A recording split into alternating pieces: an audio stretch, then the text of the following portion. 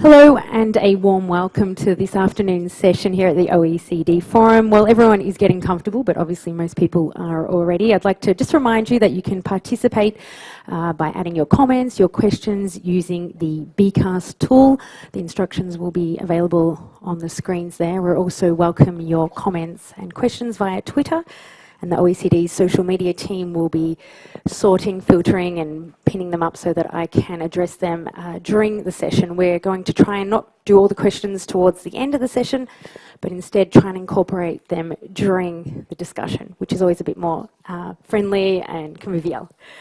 Very quick introduction. I'm Marie Dundas, a presenter and journalist at France 24, an international news channel. I've been hosting a show on sustainable development for the last 6 years, and it's a pleasure to be back here at the OECD for this particular session under the title of Achieving the Sustainable Development Goals, Matching Ends and Means.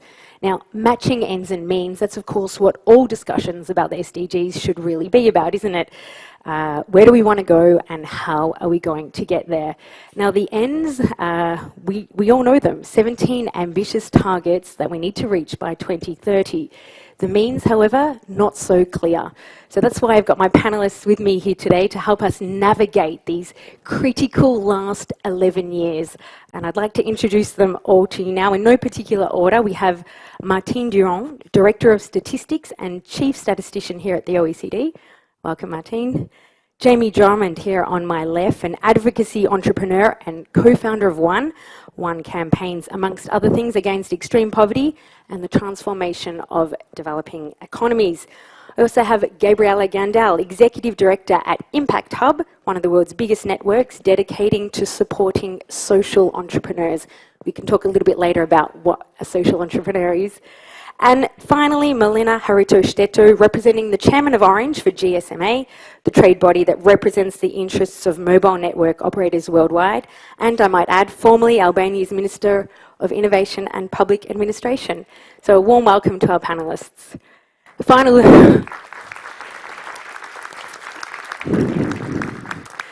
So to know what needs to happen to reach the 2030 goals, it's of course important to know where we are right now. The OECD just yesterday released a report that indicates that even the most advanced economies are falling short on the targets. And Martine, Head of Statistics here, what more can you tell us about this report? Thank you very much. It's good to be applauded before you even started. I think it's a good start for this panel. Well, as you know, perhaps you don't, but the OECD likes to call itself the best supporting actor for the UN. And to do that, we have developed an action plan, and part of this action plan is to leverage our data to actually just do what you mentioned. So the timing of this session could not have been more good, in a sense, better, because yesterday, as you just mentioned, we published this document, which is called Measuring Distance to the SDG Targets 2019, and it's an assessment of where OECD countries stand. So it's based on the UN Global List of Indicators, and as you know, there are 17 goals, 169 targets, and 244 indicators in the UN Global List. So it's fair to say that this is a very complex agenda to navigate. That's exactly the word we use, actually, to navigate this agenda. So this report is really to help countries, OECD countries, navigate this complex agenda and to assess where they stand so that they can actually decide, or we try to help them decide on their policy priorities. So it's not just a statistical instrument, but it's really a policy decision instrument. So the main message, and you already gave it, is that from our report, is that even the most developed countries, i.e. the OECD countries, in those countries there's still a lot of work to do to realize the collective action for 2030. And it's a short 11 years away. Yesterday, when we presented the report, the Secretary General said, well, actually, we still have 11 years to do things, so let's go and do things. So still, it's really a very strong call to action. So what are the main findings? The first finding is that there is considerable difference in performance across the targets on average in the OECD. let me just give you an example. If you take SDG 3, you're all familiar with all the numbers, I'm sure, on health, OECD countries have already reduced maternal, neonatal, and infant mortality rates to the level set in the agenda. So they're already there, but are still very far away from reaching targets related to tobacco and alcohol consumption, for instance.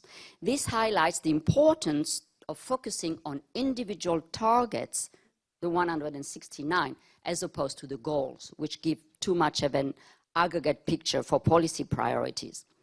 OECD countries also are already meeting a number of environmental targets, although it's fair to say that in some cases the level of ambition of the targets is not very high, so it's kind of easy to reach those targets. And also, we're missing a lot of data in the environment field. But I would say what's interesting is that while the overarching objective of the OECD agenda is to leave no one behind, a lot remains to be done in OECD countries to actually leave no one behind. Examples, Target 1.2 calls for halving relative income poverty in OECD countries. Well, on average, 14.3% of the people have incomes below the relative poverty threshold that we use in the OECD. And importantly, this rate has actually been increasing and not decreasing to reach the target. Target 8.6 aims to substantially reduce the proportion of youth not in employment, education, or training, the famous NEET, as we call them. On average, in OECD countries, about 1 in 7 young persons are in this situation. And in some countries, this rate is as high as 1 in 4. In addition, 28% of 18 years old students and 26% of adults in the OECD do not achieve the minimum proficiency levels in numerical skills related to targets 4.1 and 4.6 respectively. And last but not least, and I really want to insist on this one, not a single OECD country is actually meeting the gender equality targets, I should say. The second message is that OECD countries have been moving towards some of the goals, and as I just mentioned, however, they've also, in some instances, been moving away from the targets. So we have available series that shows that there's been progress towards the environmental goals, but there's been regress, I should say, in targets pertaining to obesity. Vaccination coverage has declined in many countries. The conservation status of major species groups and their risk of extinction over time, as also we've heard about biodiversity recently in Paris. So for most indicators, however, we don't have time series, so it's hard to say, but in a number of targets, there is no visible trend. The third finding is that improvement is needed on the targets that have an intrinsic spillover effect. What do I mean by that?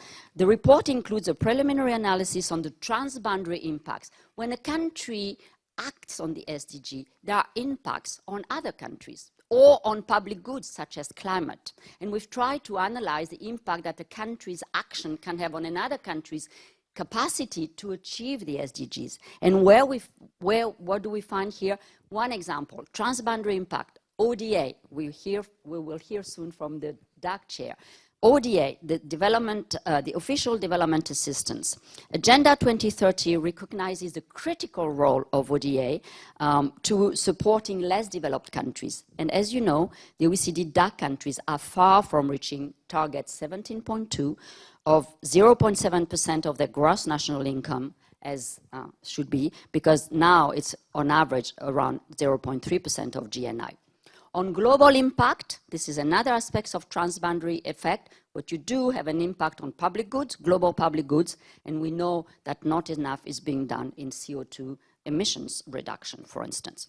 The last finding, and I will stop with this, is that unfortunately there are still, and I have to say that being the chief statistician here at the OECD, there are still major gaps to be able to really assess you know, the position of OECD countries. So this is to say, if OECD countries cannot assess their positions because of data gaps, the situation in developing countries where statistical systems are less developed. I hope we will hear from other panelists on the capacity perhaps of availing of big data to fill in those data gaps later on.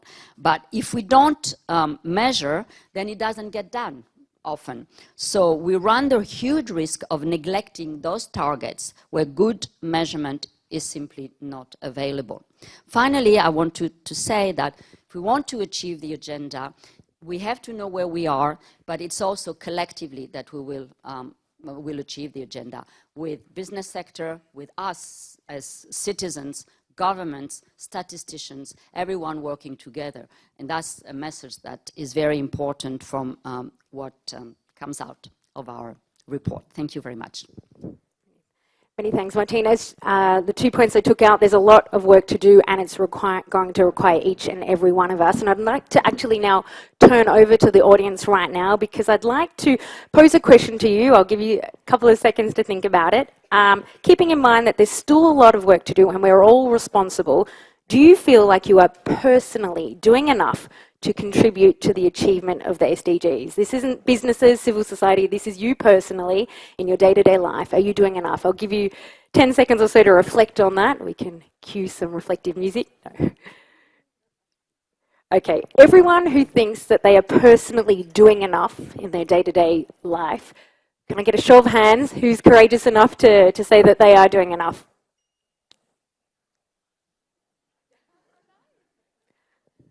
Okay, and does that mean that everyone else thinks that they could probably do more?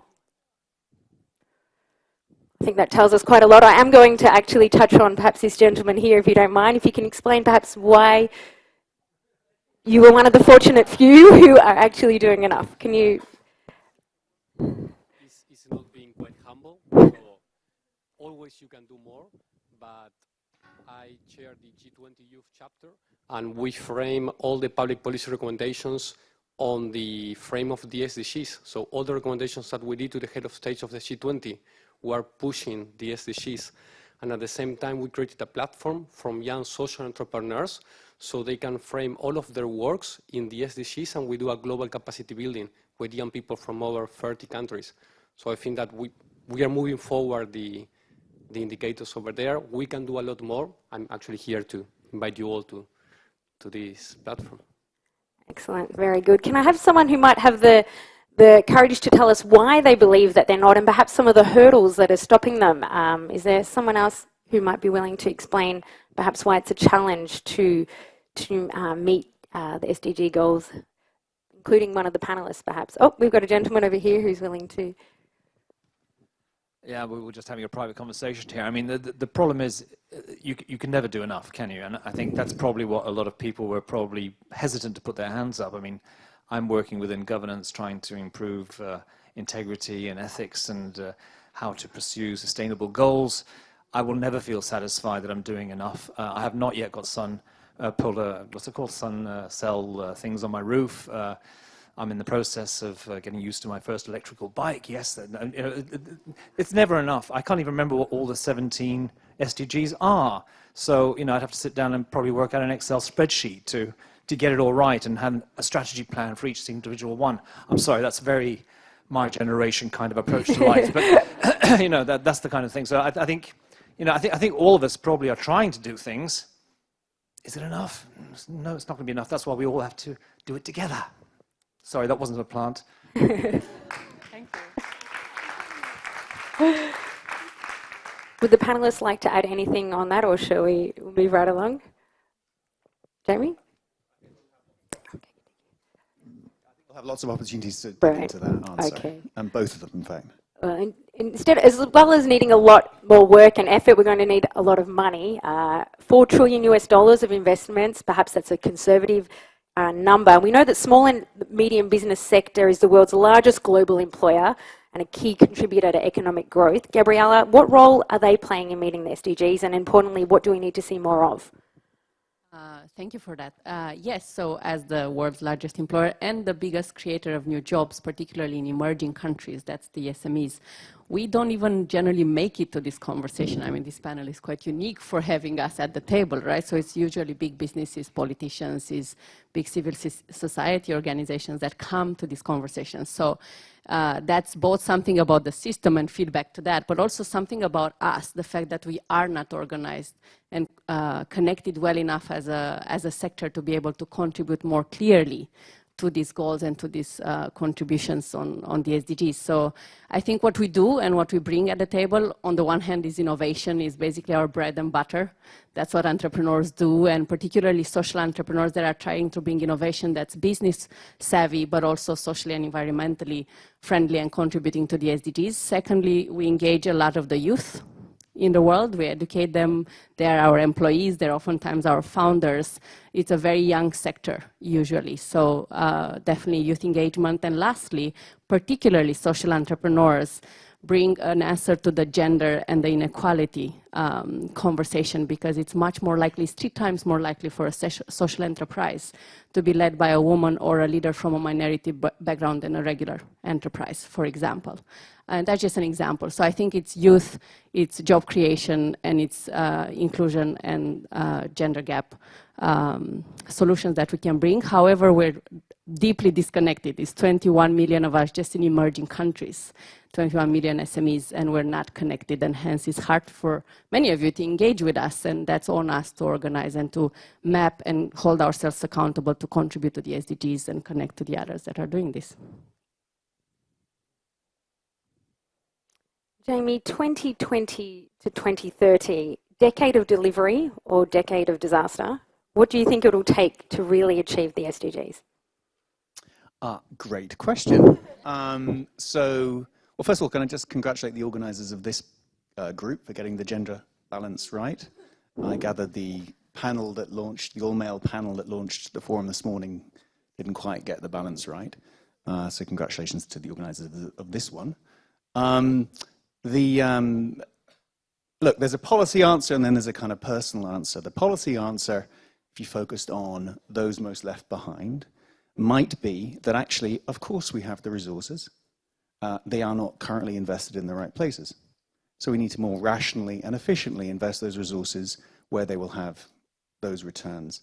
And were you to look at one source of finance that's ODA, and it's one small source of development finance, but it's an important one for those most left behind, not most of it, but a minority of it, just over 30%, goes to the poorest countries.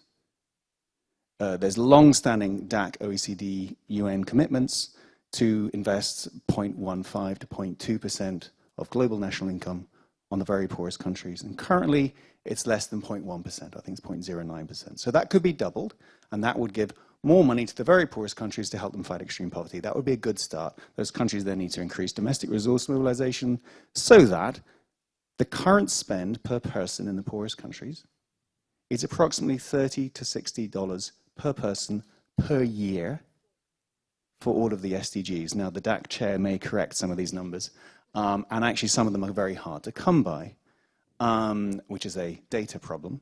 But plainly, the level of per capita investment for the poorest people in the poorest countries, especially women in those countries, is beyond pathetically inadequate, despite the fact that we have $150 billion a year ODA business. That's a problem. That is a sector in crisis that needs to look at itself, redirect, revitalize itself. Now, one of the reasons that money is not invested in those places is not great confidence that the money will be well spent, because those people often live in fragile states. But are there not ways of delivering the resources now through digital, etc., that would bypass some of the inefficiencies we've seen in the past? Surely the digital disruption must come to development. We said there'd be a data revolution in 2015. It has not arrived in the development sector. It is still stuck in too many places in the past, and it needs to wake up and get up and move forward. So that's a kind of bit of a policy answer to a subcomponent of the SDGs. The real answer is the personal issue. Like, you could, another way of checking the answer to your first question that you asked the whole room was, how many people are wearing this badge? And I see some overlap in the number of people who raised their hands thinking they were doing enough and those who are wearing this badge. And I suppose the serious point here is, I've helped catalyze movements, social movements over the years. You can tell when something's happening or not because people are wearing stuff. You know, it's a white band, it's a red product, it's a t-shirt, it's a thing that says, I'm in. And not enough people are personally in. The gentleman gave a good reason. It's complicated. There's too many of these things. But that at least has intellectual honesty about it, right? Nobody's given you a pat, oh, we only need to do 3 things and we're going to sort the world out. They've said, you know what, this is really complicated. But at least what's your name, sir? What's Anthony's plan for the decade of delivery? And what's every individual person's plan for the decade of delivery from 2020 to 2030? How do you invest? What's your dietary habit? You know, where do you put your pension money if you're lucky enough to have one? As well as who do you vote for? As well as which non-profits do you give to? And what's the conversation at the family dinner table like? And there's so many ways we can do this that don't have to be onerous and boring and pedantic and about the statistics. It can actually be something that's sexy, individually owned, empowering for every citizen. And the SDGs need to be reinvented in that way. Look, there was a great panel this morning on populism and people power. I thought it was excellent. And what struck me, though, is that if you were to try and invent a people's response to xenophobic, misogynistic, climate-killing, democracy-denying, authoritarian populism, and you polled everyone in the room, what's the answer to that? You might just come up with the Sustainable Development Goals. So why don't we just reimagine them and reinvent them as our response to that bullshit? And I think they would catch on a bit better that way, but you'd have to politicize them in ways that would make, obviously, the technocrats uncomfortable, and they should feel uncomfortable about it, but you know, I'm in the business of building movements that inspire people and inform people about what they can do to actually practically make a difference. And I think we looked at that overlap between the good policy and what is personally inspiring, we'll get the SDGs done.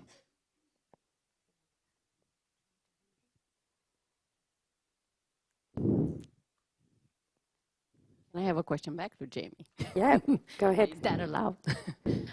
So a question around, however, a lot of people have chosen populism and they feel expressed by the populist movement. So their agenda is not SDGs, is whatever is being told in those movements. And yes, there's fake news, and obviously not all the agendas are actually correct.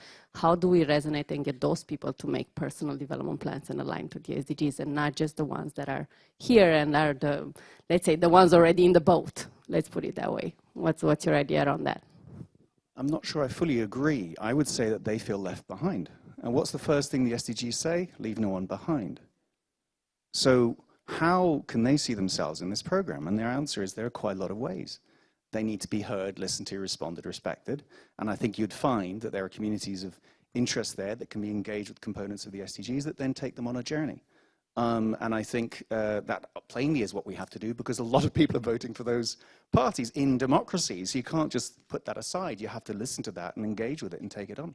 And that's why I think a lot of the policies that we should be looking at in the OECD countries do need to do much more about leaving no one behind domestically if they're to be part of a program that leaves no one behind internationally. Or on environmental sustainability, you will not have environmental sustainability if it's not politically sustainable, as you've seen with the Gilets jaunes and elsewhere, within the OECD countries. Talking about leaving no one behind, Milena, you represent mobile networks. We know that more than 4 billion people still don't have access to the internet, more than 90% of them from the developing world. What is the impact that digital technologies could have on SDGs, or how can they contribute? Thank you for the question. Yes, there are 4 billion people that don't have access to internet. And it happens, perhaps it happens, that there are 4 billion people that are also left behind in terms of health, education, and economic development. So I don't think really that it happens. It is like that, and there is a reason for that. But there is another figure that I would like very much to share with you that not so many people know. On these 4 billion people, there are only 800 million that are not covered by networks. 3.2 billion are covered by networks, but they don't go to internet. So the digital divide is about a lot much more than digital. Those 3.2 billion first, they don't. There is a question of affordability, so they cannot afford to pay that as other services, or they don't have access to smartphones that are yet too expensive, or they don't have skills. And we can see in the last report of OECD that in OECD countries we have 1 on 4 people that don't have the digital skills that are needed. So digital skills are about everything, but not only digital.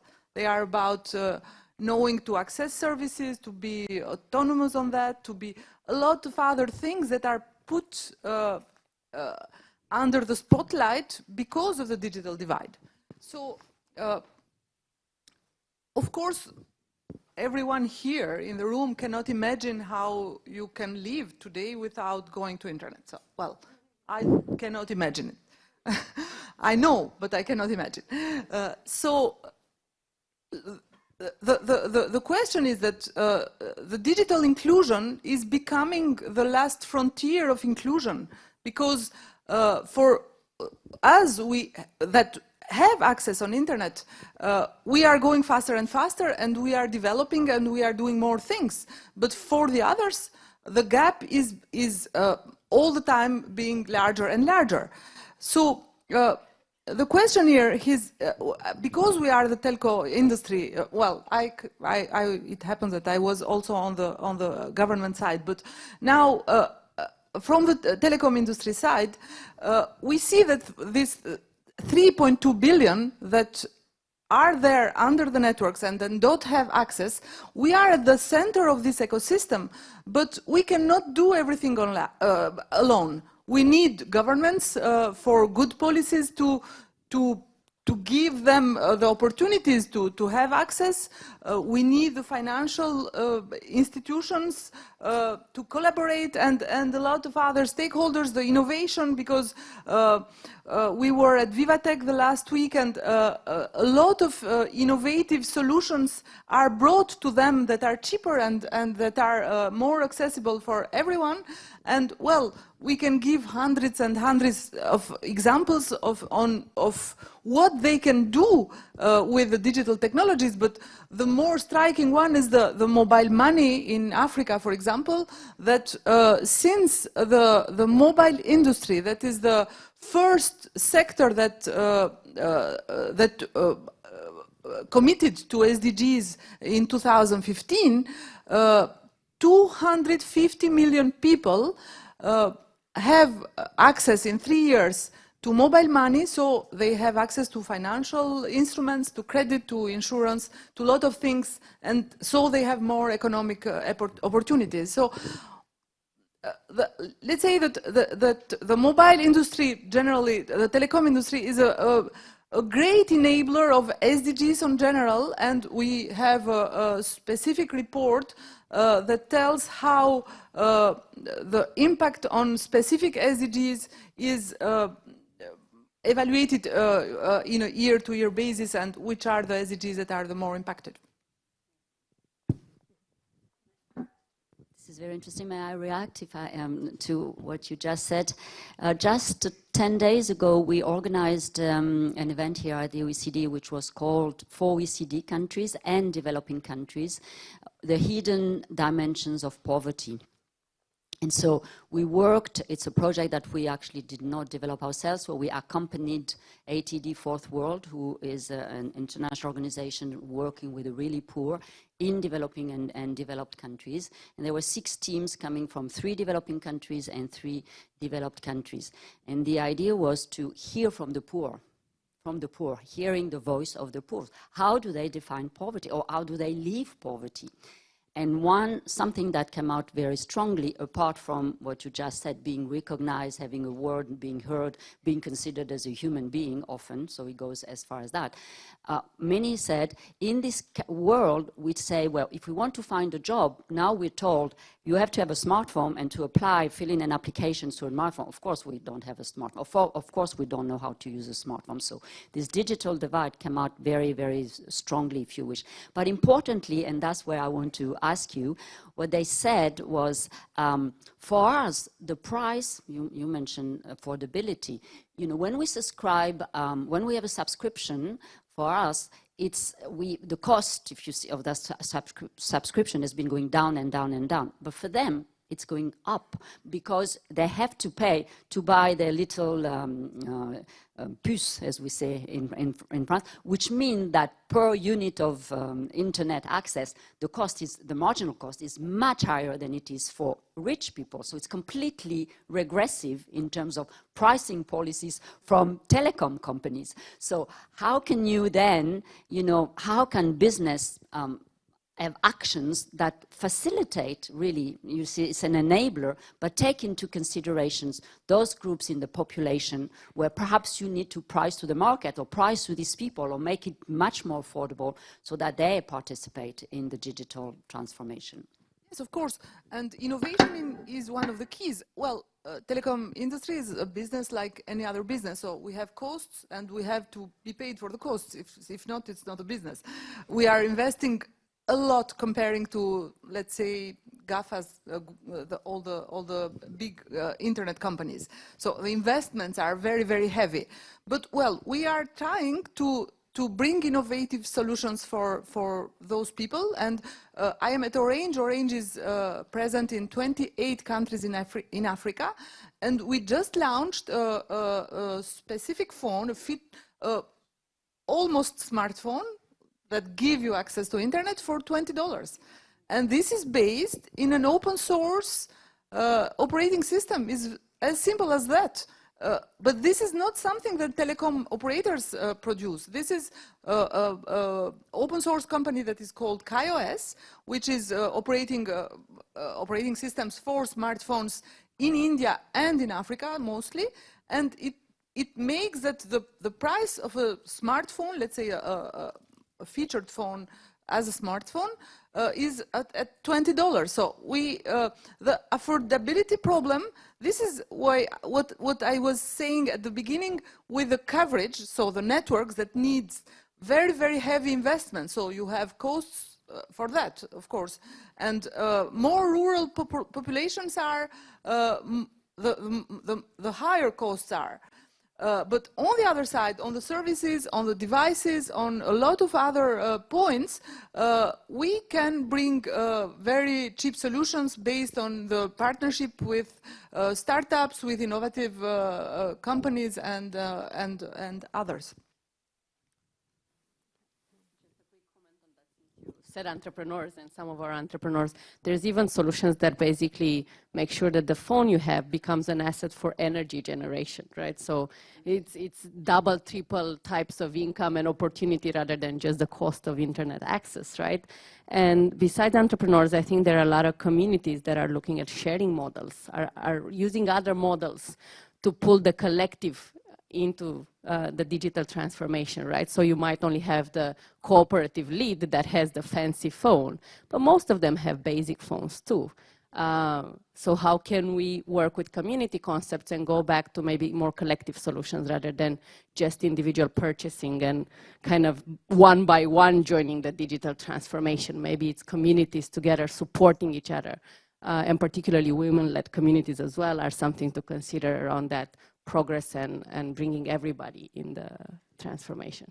I can give you an example on that, and thank you for giving me the yes. In some villages in Africa, the problem people have is first that they don't have access to energy.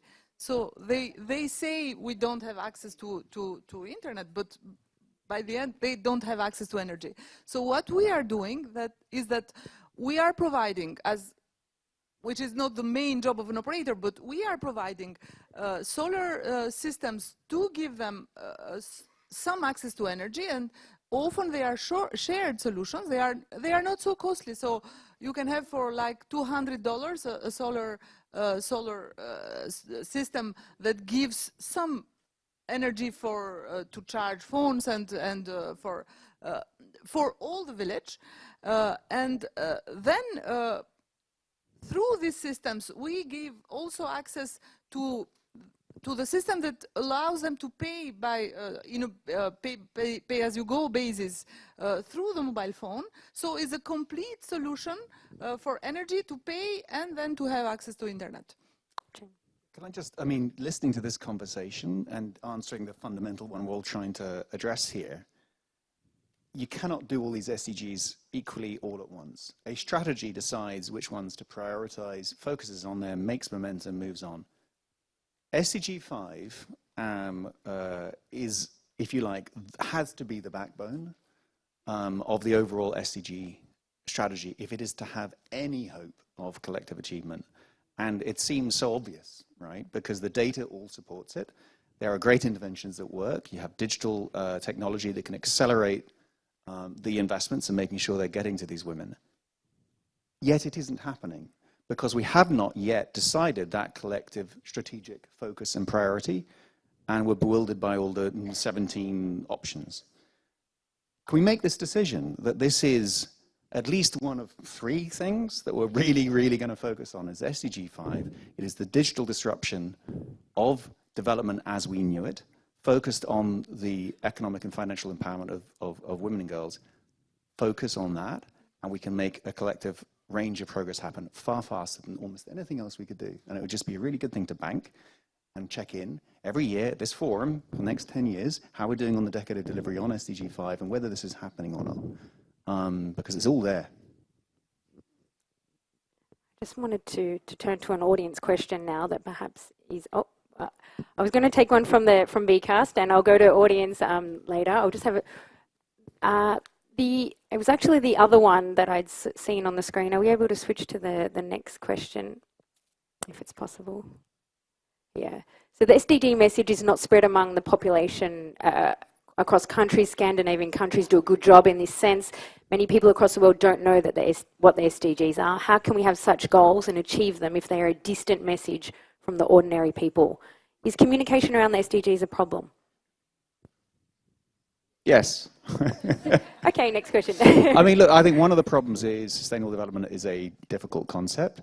I think it's quite an important one as well. So what's interesting is the polling data on the concept of sustainability is suggesting that it does actually chime more than, it's not just something from the 70s that's a leftover, it's actually reviving itself. Global goals is a good thing and a bad thing. Global goals has alliteration. I like alliteration in a thing. But global is a long way away. And unless it's the Kensal Green goals or the Jamie Drummond goals or our individual goals, it's not going to work. So it is when it's owned at a citizen level, community level, corporation, country, everyone checking on those different levels, that's when they all start to make sense. And also when we pick some of them, like SDG 5, gender equality. And the good news there is, amongst others, there's the Women Deliver meeting, where I think we'll see progress coming up shortly. And the G7 in Biarritz, Macron has plainly committed his G7 to a bouquet legislatif promoting women's economic empowerment and gender equality. That needs to become a very serious commitment with an accountability mechanism baked into it. I just made it unpopular again by talking about accountability mechanisms, so that's a communication problem. But I think in the Me Too movement and all the rest of it has made clear that this is in the zeitgeist. It is something that people are passionate and focused on, and we have also some clear enemies, which is always very helpful for motivating people as well. Talking about campaigns, though, we've seen some of major businesses and corporations, private companies around the world try and align their advertising with SDGs without mentioning any names. Car makers associating themselves with gender pay equality, sports brands associating themselves against police brutality and racial discrimination, razor companies being pro-gender equality. Is this useful? Is this helping move the conversation forward? Is this helping communicate around the SDGs, or is there an uneasy kind of coupling between private businesses and SDGs in this way? If I may, I think it's always useful. We need everyone. We just mentioned that it is for everyone. I mean, the SDGs is an agenda for everybody, so certainly including businesses, I mean, the entrepreneurs and big companies. Now, Is it enough to advertise? Is it also some lip service to themselves? For I think it's fair for consumers to ask that question. Here at the OECD, we've been working with businesses. We have a business community that is actually working with us on a regular basis, and I can say that there are very, very interesting initiatives promoted and actually implemented by businesses, which go way beyond advertising. I wouldn't, as a consumer, I would be. This is personal. I don't want to be put on record on that, but I would not. I'm not representing the OECD views certainly, but I wouldn't be certain that this is, serious or whatever. But I can see that some companies are really changing their business model, and that's what we're talking about. And there are lots of discussion currently among some businesses, not all of them, of course, about what's the purpose of the company. Is the purpose of the company to actually just make short-term profits and distribute dividends to shareholders, or is there something else that companies is responsible for? Is there a role for companies to be good citizens, like we are, like we could be, or like we should be? And I think some companies are taking that very, very seriously, and are really, before, I would say the model was that the companies were actually doing their core business, and their core business was essentially where I'm making profits and I distribute my dividends to shareholders. That's what I'm there for. And then I have some philanthropy aside, and I do some good, right, as philanthropy. There was also a very long movement, and the OECD has been contributing through the responsible business conduct activities, which is we want to do no harm. But I think we have to go beyond that, and companies have to do good and not just doing no harm. And we see some examples where it's no longer philanthropy to do good on the side and let's see, but change is really in their core business. As an example, there's one big company in the food sector that has now put SDGs as an indicator, or as actually an objective for middle management. Middle management, they will be judged based on whether they're actually contributing, it's food company, contributing to SDG 3 on health, or food, or 2 on food. And other companies are actually, big pharma companies are actually pricing to the market to make those very, very expensive drugs available in developing countries by having different pricing strategies, but integrating that into their core business model. So I think we have to rely on these good companies, work with them, align the governments, the citizens, and the business objectives towards the SDGs. But of course, a company operating in food or in health are not going to necessarily cover everything, because the agenda is too big. But everyone in its own area can do a lot of things. So I think there is a big role for business actually, and not only for their own employees to promote the well-being of their employees, but also for the communities throughout the value chains, if they operate in value chains, and I'm sure you see that, and for the environment, of course, more generally. So I think we have to work with businesses more closely if we want to achieve the SDGs. I think this could be one of the great accelerants. One of the other key things to focus on. The problem is you do not know exactly what's, say, for example, happening with your pension or your investments or your savings. And until you have that clarity, the data on those investments, you don't really know whether somebody is just poverty washing the for-profit motive or SDG washing, as you put it. So that data needs to be available. It needs then to be presented well. That is a fantastic opportunity for some kind of entrepreneurially minded set of data scientists to focus upon, because whoever can figure that out will A, make a lot of money, and B, completely disrupt capitalism Wouldn't be the objective. the Sustainable Development Goals. Excuse me, at the OECD we have a project on exactly that, measuring the business impact on the SDGs and well-being. And I think we can catalyze both businesses and those data scientists for the public good, not necessarily to make a profit. I'm sorry to say But the scale often needs someone to be excited about making money, and it's not always a bad thing. But isn't it surprising we're in 2019 and there's no one making these businesses accountable right now? There are lots of boutique bijou efforts. But There's lots of corners of sectors that have their own version of what it is. And so there needs to be a sector-wide, agreed methodology, the kind of thing the OECD is good at, that sorts this out. And there are some progressive initiatives. Maybe I just want to flag one that was actually just presented upstairs at the canteen. Impact is called.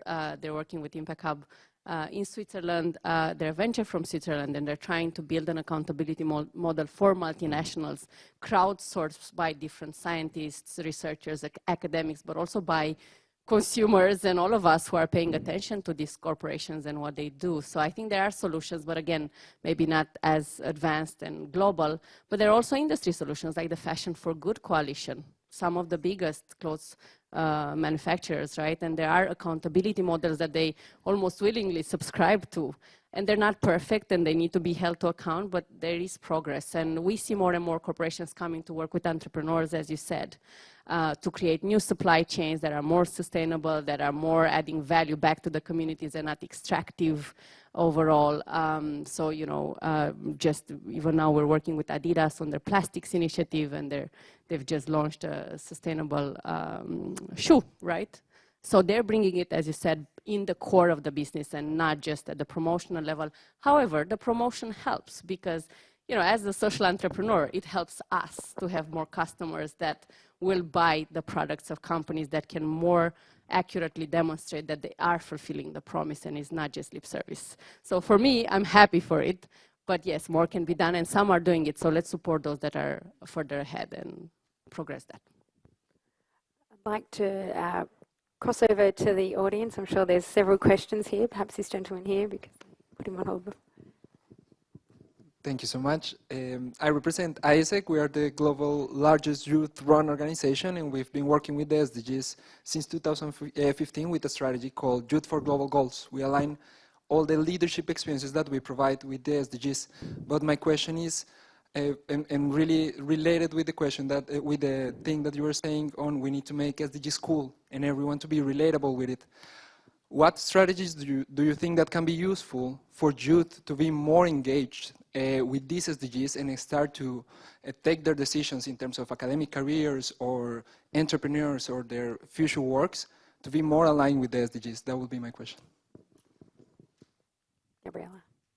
Well, if you know the app called Julebug, I would recommend that. That's basically a social media platform that promotes actions that are aligned to the SDGs. And it's just an example. There are many of them, but there's many social media informed models for promoting the SDGs in an accessible way to youth and recognizing their action. The second answer is education. It needs to start in the educational sector. And, you know, we learn about many things. Why are we not learning about the most important agenda of the world at this point in time, right?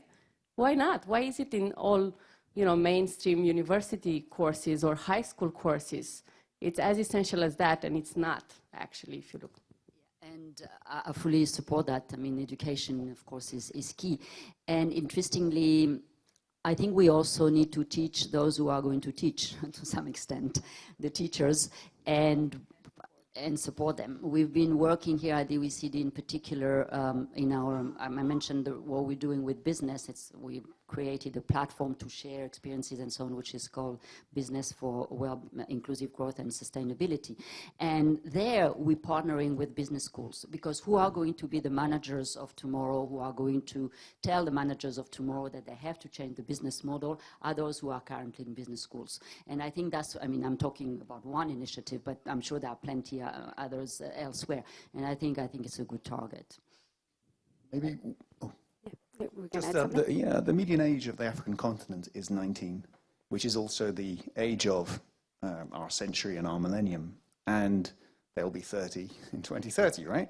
This next decade is, you know, and how the choices they make and how we partner with them, young people around the world partner with them in that cohort, is the deciding factor for the rest of the century. And I think that there's something in creating a community with that cohort that is very powerful, of the people who are the age of the century and the millennium. You know, that's one particular idea that I think could become a little more self-aware, organized, and build that community around the world of people of that age who share in the journey of this decade that we're all part of, but it's theirs above all, right? And I think there's an idea there. The other is, you know, I do think that to weaponize the SDGs as the people's fight back against the old power is what has to happen. It's scary to a lot of the kinds of technocrats who are involved in things like the SDGs because it does overtly politicize them, but that is actually what will also appeal to young people. So I think there's something in that. The other is to go for specific wedge issues as the, if you don't mind the phrase, the gateway drug into the wider package. And you pick a few of the SDGs and you drop the SDG acronym and you focus on those goals. For example, SDG 5, or as one calls it, poverty is sexist. And that campaign drives action and awareness more than anything else we do. And then they're in, and they continue to take action on SDG 5, but then they also go on to wider issues around corruption, governance, climate change, and so on. Thank you.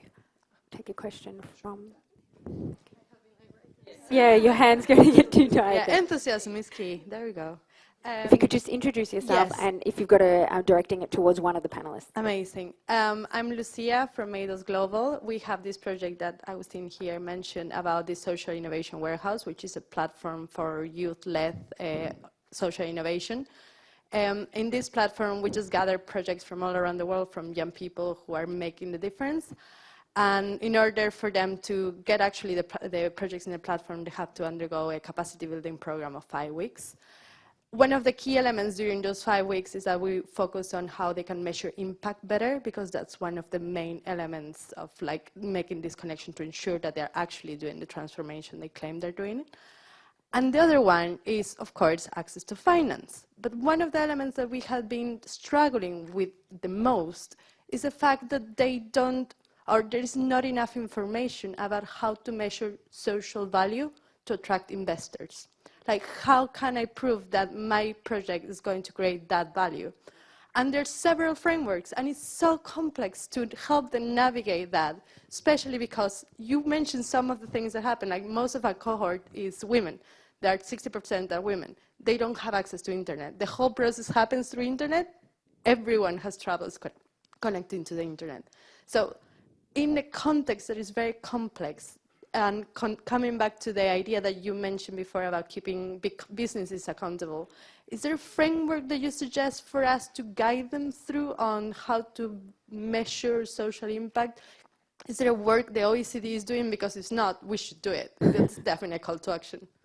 Thank you. There was a question actually that the moderator wanted to perhaps pose to the audience, and what should be the focus of future OECD work. So I take your suggestion, but we've kind of started. It would be pretentious to say that we really have started, but this is really something that you're absolutely right. This is something that we need to put more focus on, and it's hard because the SDGs is a very complex agenda. Measuring impact is also very complex, but we actually launched a project on that. So hopefully, it's called Measuring Impact for Wellbeing. It's called Wellbeing, but it's a higher level, but it's very much relating to the SDGs. And we hope to, make the link between our framework to measuring well-being for government actions, to businesses, to consumers, to all stakeholders, so that we use the same framework and use the same metrics. The problem is not so much kind of the framework, because the framework, if you look at the frameworks, they all converge more or less.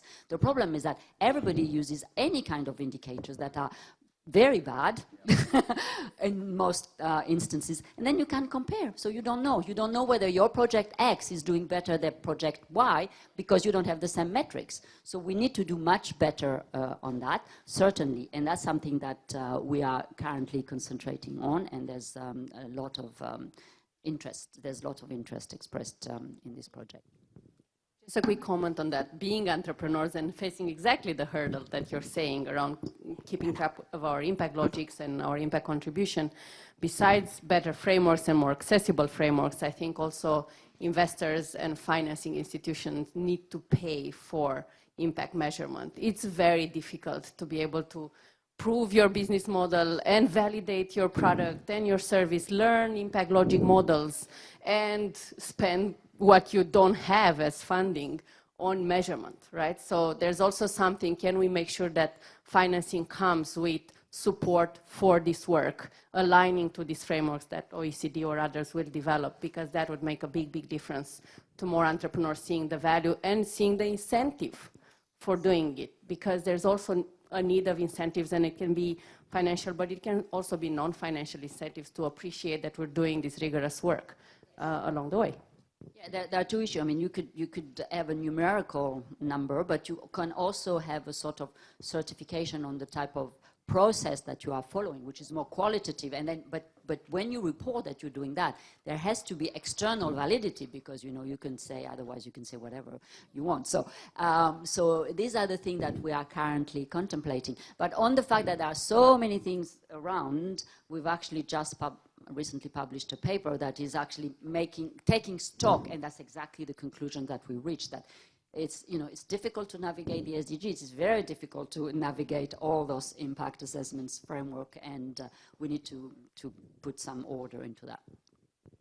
Now, I'll come to questions a little bit later, but we've talked a lot about business here, but we can't, of course, forget about government. It seems like the whole focus shifts in the last few years onto business and their responsibility, and they need to be at the table, but government needs to, are we letting government off the hook in a way by shifting some of the responsibility onto business? Milena, you've worn both hats. What's your position on that? We know we just heard that, ODA is not where it should be. I will give some very concrete example. We have something in France that is called the New Deal. It was a partnership between the industry, the telecom industry, and the government to say, we don't make you pay the very high prices you pay generally for the licenses, but instead you have very clear, measurable objectives on the coverage of the territory in optic fibers. And this is a great example of partnership between the industry and the government, which is quite unique, I would say. Even in Europe, it is not so spread, and I don't even talk about other developing countries where the attitude is quite different. It's like, I want to have more taxes, I want to have more investments from the industry. Well, by the end of the day, the industry has to live. So you have to, where there is not a business case, you have to build a partnership. And this is completely our position, even at GSMA, which has 750 operators worldwide. For some of the cases where there is not a business case, we need partnerships. We need partnerships with governments. It is not so complicated. We can build them, but we need support for that. I mean, I think all of our work and experience is that change happens because of, yes, people ask for something, and yes, politicians listen and act. And above all, usually, there are politicians who want to do a bang-up job, do the right thing, and they just need well-organized permission from the public. And the public needs to understand its job is to organize that permission well, that turns up at the right time in the political process. Too many advocacy groups, and I think it's particularly true in emerging and developing economies where democracy is a work in progress, but it is a work in progress everywhere, need to get used to the idea of turning up and asking for what you want at the right moment in the budget process, at the right moment in the political process, and then the politicians on the inside who want to do the right thing, and they're always there, usually, a few of them at least, an advisor to the chancellor or the finance minister or the president or the prime minister, and you help them get the job done, and they're so grateful when you turn up in the right way. So that inside mobilization as well as outside mobilization is absolutely essential. It also isn't, once you're a little sort of thoughtful about it, it isn't that difficult to know when is the right moment to get organized in the political calendar to help the politicians on the inside. So the other thing is a lot of very good people do not want to go into politics, and a lot of less good people do at the moment. And that's a huge problem, and everyone needs to look at themselves and their lives and what shit they're prepared to put up with and whether they want to take that choice, because I think more people do need to go into politics. And the ones that are in there that you like, or even some of them you don't, give them a hug. Give your MP a hug, your Bundestag representative or your congressman or woman, with their permission, of course. Because I think we do need to love our politicians a bit more. But I'm sorry. Sorry, I just can say that I did it for 4 years and I consider my duty done. I'll not do it again. Not enough hugs. No, but I think I think it would be unfair to say. I mean, it wouldn't be right to say that it's not difficult for governments. It is difficult. It's a difficult agenda. It's a very complex agenda. And if you take it seriously, you don't do something on goal 1, something then on goal whatever, and so on. You have to have a very holistic approach, because there are lots of trade-offs and complementarities. And if you focus on trade-offs in particular, you could do something very well in one area that will have negative spillovers in another, which means you have to change the machinery of governments. You have to put in place either an institution at the level of the Prime Minister that is going to bring all these departments together, the government departments together, and then you have to train the people who are providing the advice to the ministers. So it's a big re-engineering of the machine of government. So it's not easy. And also, let's face it, we are very intelligent policymakers, but when you tell them you have an agenda with 17 goals, 169 targets, and 244 indicators, and we're going to see whether you are advancing on the SDGs, this is very tough. Well, we're giving them a very tough, ambitious agenda. So they have to reorganize. If they are serious, they have to reorganize themselves, and that's what we have to help them do, not just citizens, but also organizations such as the OECD. For instance, budgeting, I think that's the right place to go. If you have budgeting, and in your budget, whenever you take, we're talking about impact assessment, whenever you propose a reform that is supposed to advance on one SDGs, you have to make an ex-ante impact assessment on whether it's this particular spending or extra spending on one area is what it is going to deliver on goal 1, 2, 3, or 7, or whatever, and then it shows, or is it going to create an impediment towards 1, 2, 3, and so on. But this is a lot of work of re-engineering. So I think, I mean, I don't want to say, I think the governments have a big, big role to play, but if they take it seriously, it's a big job. So we have to help them as well achieve this work. I just wanted to lobby also for city and local governments and not just national governments. We see a lot more movement and more flexibility, let's be honest, because the scale and the innovation is a bit easier at that level than suddenly at national policy level, and we see a lot of optimistic progress there, and I think we should also give a hug to those that are trying to use that smaller sphere to innovate and to try some of these, and they will fail. And also seriously, how easy is it to try and fail in politics today? The cost of failing is huge, so then innovation is not possible very much in politics. So how do we host that safe space for innovation at maybe these spaces that have less risk overall? Can I just ask a question, which I think this is what really should trouble us, but we need an urgent answer, which is, to achieve the SDGs, you need the sort of degree of reorganization of the institutions we have that would take a couple of decades to do with the best intentions. Let's take the analysis that we don't have time to do that. If you believe the data on, say, demographics and climate, we don't have that time. So how do you do the sort of system shift required in this time frame? It's a question, right? I don't have a perfect answer, but we do know that networks of people across different sectors and in different parts of government can operate effectively together, and we probably need to be more deliberate about the practical operating systems and sort of co-implementation operating systems that help people cooperate across different departments, so that if you're trying to do the right thing and you're stuck in a sector institutional mindset and you can't disrupt the whole thing, but you have a tool that helps you see which other departments or people in the private sector or in civil society could help you get the job done, and that tool helps you identify those people in a very practical way, that would be a great tool to help achieve the SDGs, which actually I'm not sure exists.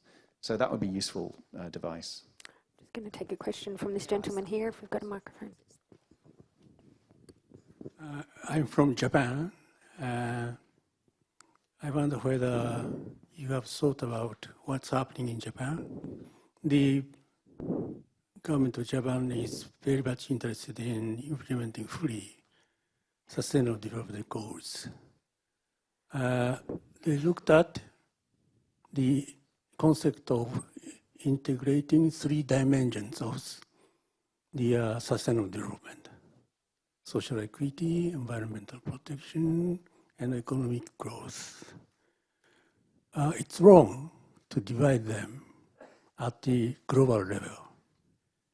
At the level of the top level of national government, there are always different ministries. They pick up the convenient subject for them. Finance minister will look at the economic side, etc.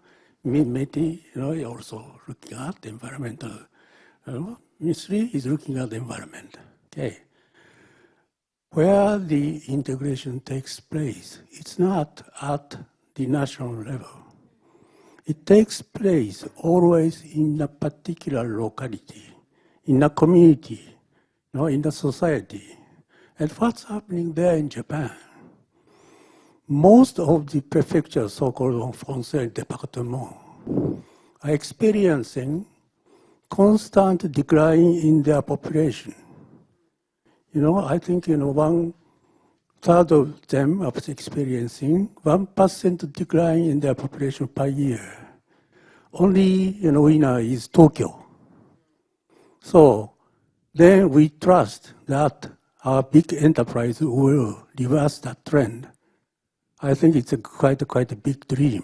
We will be very, very much betrayed by them.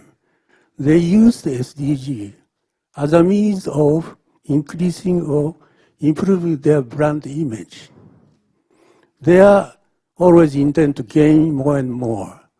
Rule of the game is that they would like to strengthen the international competitivity. Then they accumulate a lot of money. They are not distributing them. In fact, they are contributing to the exodus of the local population to Tokyo. Can I just interrupt So I for think one moment? also Is there three sectors have to be integrated. How you can achieve them? So the people have to regain their own ownership on their own life, community life. So I think we really have to think about that human aspect and social aspect and how to achieve democracy at the local level. Thank you. democracy at a local level? It's now, we'll see if we have some time for some more questions at the end, but I'd like to invite right now Susanna Moorhead, who's the chair of the Development Assistance Committee here, to finish with some closing remarks. Perhaps we've heard from Martine, a focus on the OECD countries. Martine will be touching on development assistance. Okay, so I think I have the unenviable task of trying to summarize this debate. The first thing I heard was the power of data and evidence. And, the report that the OECD has published this week, a lot of the expertise and knowledge in this room and elsewhere is a weapon, and we need to use it. We need to use it to make the case. The second thing I heard was the power of people. Actually, people as citizens, people as entrepreneurs, young people, people in schools, business people, people in civil societies, consumers. There is a huge amount that can be done individually and collectively, but what I'm hearing is a lack of clarity about where best to put the effort and how to organize it. I mean, what's the operating system? How do you get people cooperating across different parts of society and politics and government and the private sector to be greater than the sum of our parts? Because these goals, what separates them out from anything before is their universality. I mean, the last time the world tried to do that was the United Nations. For all its challenges, it has been remarkably successful in many respects. So these are universal. And we need to make that a strength rather than a weakness.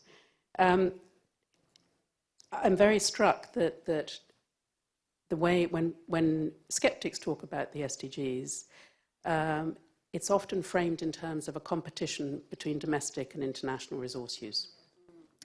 More for ODA means less for schools in OECD countries.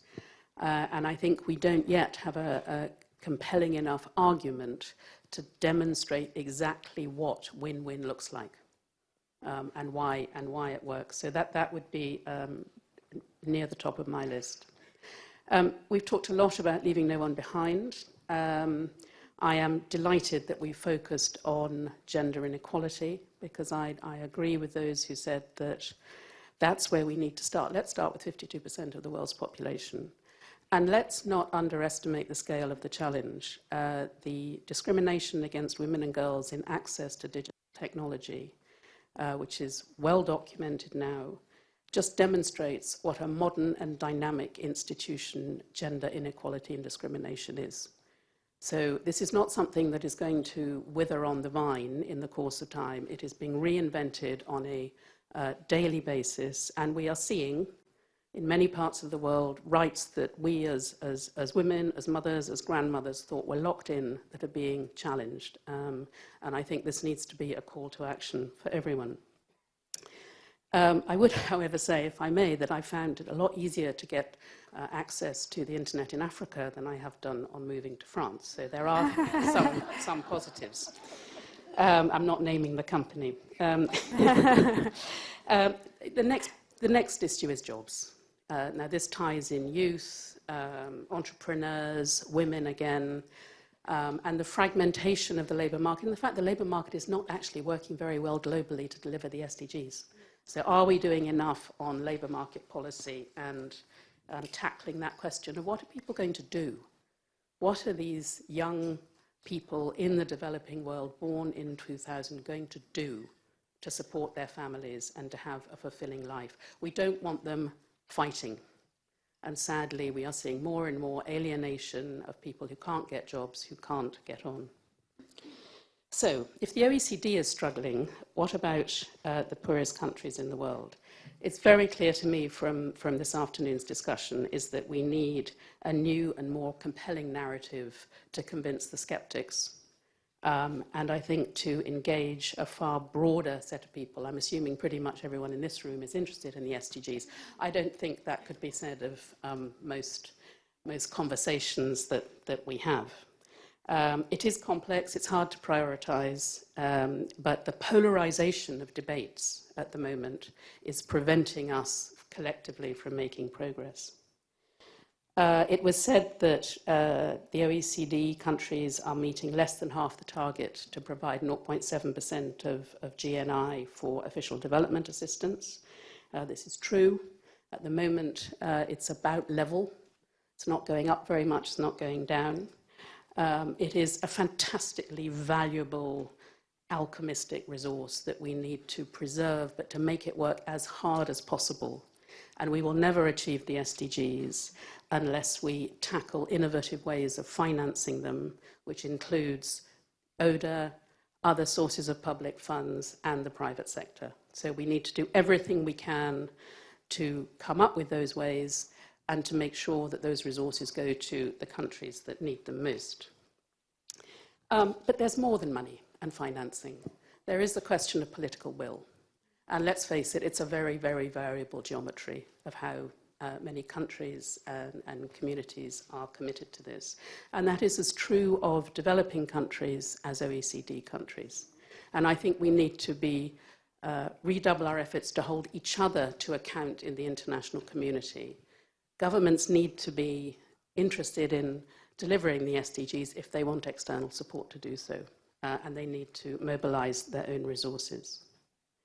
Next, I think we need to invest in success as well as supporting fragile and conflict-affected states. Countries that are doing their best in the face of huge adversity to deliver the SDGs need to be rewarded and not, as can sometimes see the case, be penalized for just getting over the line. The DAC has recently approved a recommendation that appeals to all DAC members to get better at joining up what we do on the humanitarian side, what we do with development, and what we do with conflict prevention. And if we look at the countries that are furthest behind on the SDGs, it is those that are ridden with conflict who suffer most. So I will stop there. I think if I had my three choices for what we would do, it would be gender equality and the empowerment of women, jobs for all those young people, and climate change to make sure that they have a future in which to thrive and survive. Thank you.